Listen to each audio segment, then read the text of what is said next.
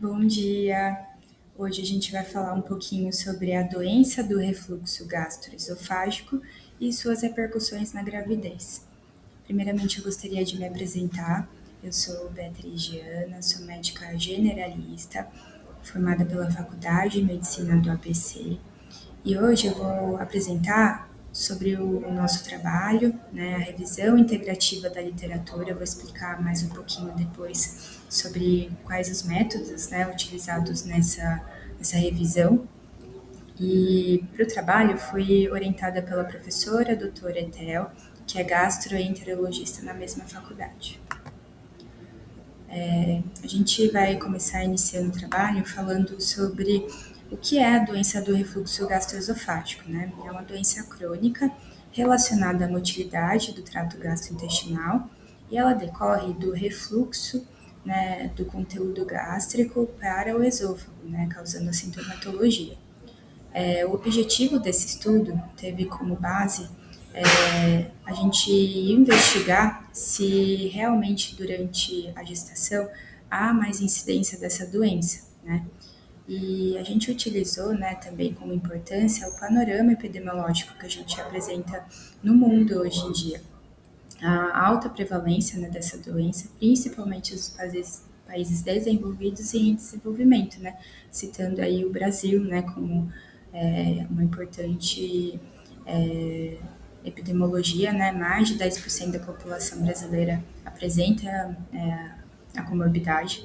E se trata de um fator bastante limitante para as atividades diárias desses pacientes, né? Os pacientes têm prejuízo no trabalho, nas relações familiares, né? Atrapalhando a qualidade de vida e a produtividade desses pacientes. Como justificativa, a gente teve como premissa o fato de que os sintomas, né, da doença do refluxo, eles são muito negligenciados durante as consultas de pré-natal, né? Essa gestante, ela explica, né, para o profissional que está passando por isso, e muitas vezes eles falam que é normal, né, que isso vai passar, e a paciente fica toda a gestação, né, com esses sintomas, sem tratar, ou tratando de forma menos, né, mais focada em algum mecanismo, né, não olhando para a parte multifatorial da doença, né. Isso pode trazer, né, prejuízo na qualidade de vida dessa gestante. Falando um pouquinho mais agora sobre os mecanismos que geram a doença do refluxo gastroesofágico, né? Ela resulta da falência de múltiplos mecanismos que protegem esse esôfago, né, no conteúdo gástrico.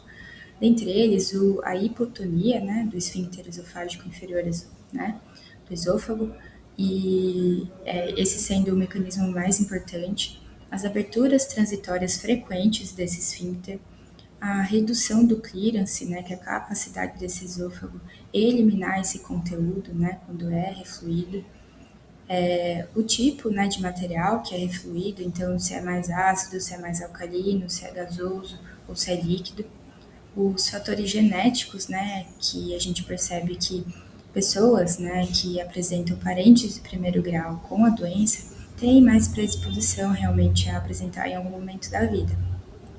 Os fatores hormonais, né, que aqui a gente cita, né, nosso personagem principal aí, as gestantes, né, que apresentam grandes concentrações de hormônios, e além disso, os fatores comportamentais e estilo de vida. E em relação às manifestações clínicas, a gente pode citar, né, como os principais, os sintomas típicos, que seriam a azia e a regurgitação ácida, né, a sensação de queimação, né, no esôfago. Além disso, também a sensação de que tem uma acidez também na garganta, e ela também está presente na maioria das gestantes, né. Os sintomas atípicos que a gente pode citar e a gente tem que ficar de olho é a dor torácica, às vezes muito semelhante à dor anginosa mesmo, né, do infarto agudo do miocárdio, a tosse crônica, a rouquidão e o excesso de salivação. Os fatores de exacerbação desses sintomas, a gente pode citar os alimentos gordurosos, né, que quando ingeridos em grandes quantidades, eles vão diminuir o esvaziamento gástrico, permanecendo esse bolo alimentar mais tempo no estômago. bebidas muito ácidas como café e refrigerantes, o tabagismo, né, e os fatores comportamentais, né, por exemplo, quando tem o hábito de deitar-se após as refeições, atividades físicas estimulantes como o levantamento de peso, principalmente. Para esse trabalho, a gente utilizou, né, o método PRISMA, que ele se compõe de 27 checklists rigorosos, né, para a gente selecionar esses trabalhos, né? E a gente, né, fez a pesquisa desses trabalhos entre os anos de 2018 e 2026, utilizando aí mais 2 anos, né, entre 2016 e 2026, para a gente procurar na base de dados. A gente utilizou, né, como palavras-chave para a pesquisa, descritores no DEX, né? E a base de dados que a gente utilizou foi o PubMed, o Lilacs e o Google Acadêmico. Esse método Prisma ele é composto em 4 etapas, né? Sendo a primeira e a última mais importantes.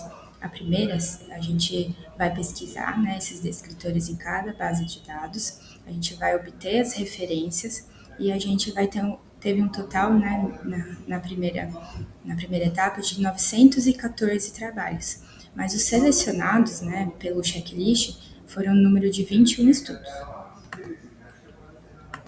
Falando um pouquinho sobre a fisiologia gravídica e do porquê explica, né, maior incidência da doença do refluxo, se trata, portanto, das mudanças mecânicas e hormonais que ocorrem nesse organismo, né, materno. O útero em expansão, né, para poder acomodar esse bebê, desloca o estômago cefalicamente, né, alterando aí o ângulo da junção gastroesofágica, onde vai conter o esfíncter inferior esofágico, né? Então, ele vai acabar indo para trás e para cima, né, fazendo com que ele perca o tônus, né, e acaba refluindo mais esse conteúdo para o esôfago.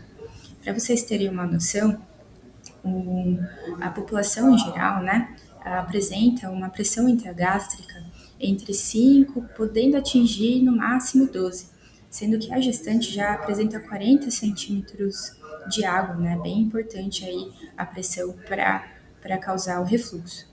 E, além disso, né, o mais importante, a gente vai explicar por quê, é a ação hormonal. Né? Os níveis elevados de progesterona e de estrogênio, eles retardam o esvaziamento gástrico e reduzem o tônus muscular. E isso tem uma explicação no sentido de aumentar a capacidade de absorver os nutrientes pelo trato gastrointestinal para nutrir esse bebê. Através da revisão esses estudos, a gente conseguiu obter 6 categorias temáticas, né, que explicam a doença do refluxo na gravidez. Dentre elas, o relaxamento do esfíncter esofágico inferior, que é o principal fator fisiopatológico. A resposta visceral à dor, então a gente sabe que mulheres, principalmente as gestantes, elas têm menor limiar para a dor, então elas acabam sentindo mais, né, referem mais os sintomas.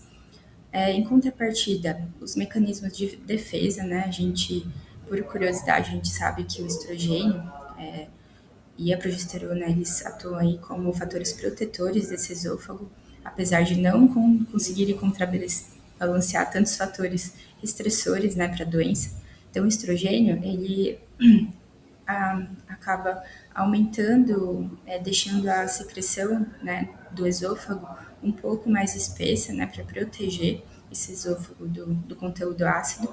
E a progesterona, ela faz com que o suco gástrico seja um pouquinho mais básico do que a população em geral. Mas, como eu disse, não contrabalanceia os fatores estressores.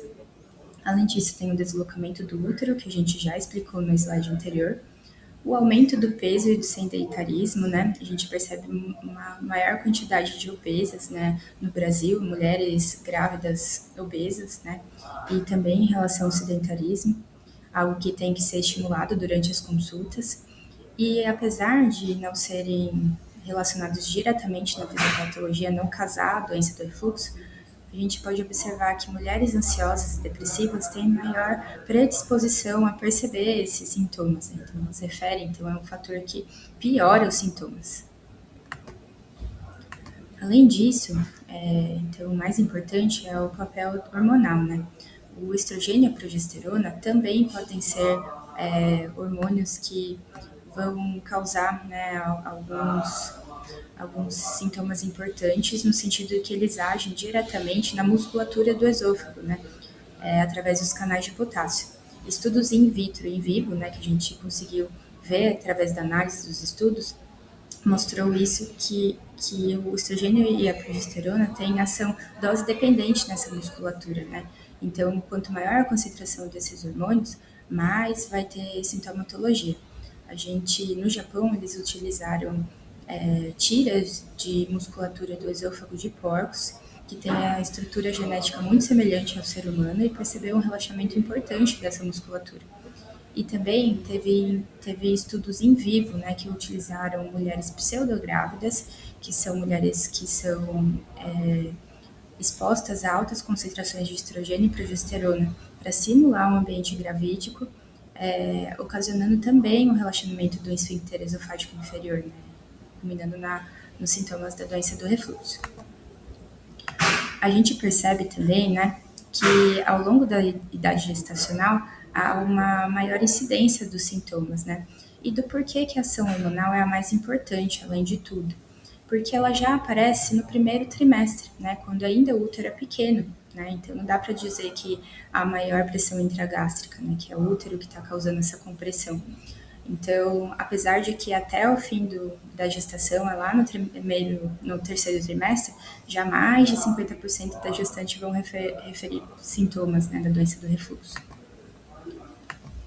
Através da análise, né, dos estudos, a gente consegue discutir a visão holística, né, que esse trabalho ele apresentou, né, e com, né, predominância hormonal, né, das características hormonais, até porque está presente em 4 das 6 categorias identificadas, e traz como novidade a questão do fator emocional, né, que muitas vezes não é abordado nos trabalhos, né, nas revisões, as demais revisões, também no dia a dia, né, e da interação cérebro-intestino para a doença do refluxo. Aí, então, né, nosso objetivo, né, citando novamente, era realmente perceber se há maior incidência da doença na gravidez, e a gente teve uma relação positiva, né, realmente há maior incidência comprovada da doença do refluxo, né. E, além disso, né, como reforço, a gente percebe também que quando a paciente apresenta doença do refluxo na gravidez, ocorre quase remissão completa dos sintomas no pós-parto, né. Então, sendo bem importante pontuar sobre isso. Então, a gente percebe que o estudo atingiu seu objetivo ao descrever a doença de forma holística, auxiliando profissionais na melhoria da qualidade de vida das gestantes. Eu gostaria de agradecer pela atenção, principalmente agradecendo à editora amplamente pela oportunidade de estar apresentando o meu trabalho e também pela excelência no apoio à divulgação da pesquisa científica. Além disso, eu vou deixar aqui meu contato para caso alguém tenha dúvidas, e eu estou à disposição. Muito obrigada.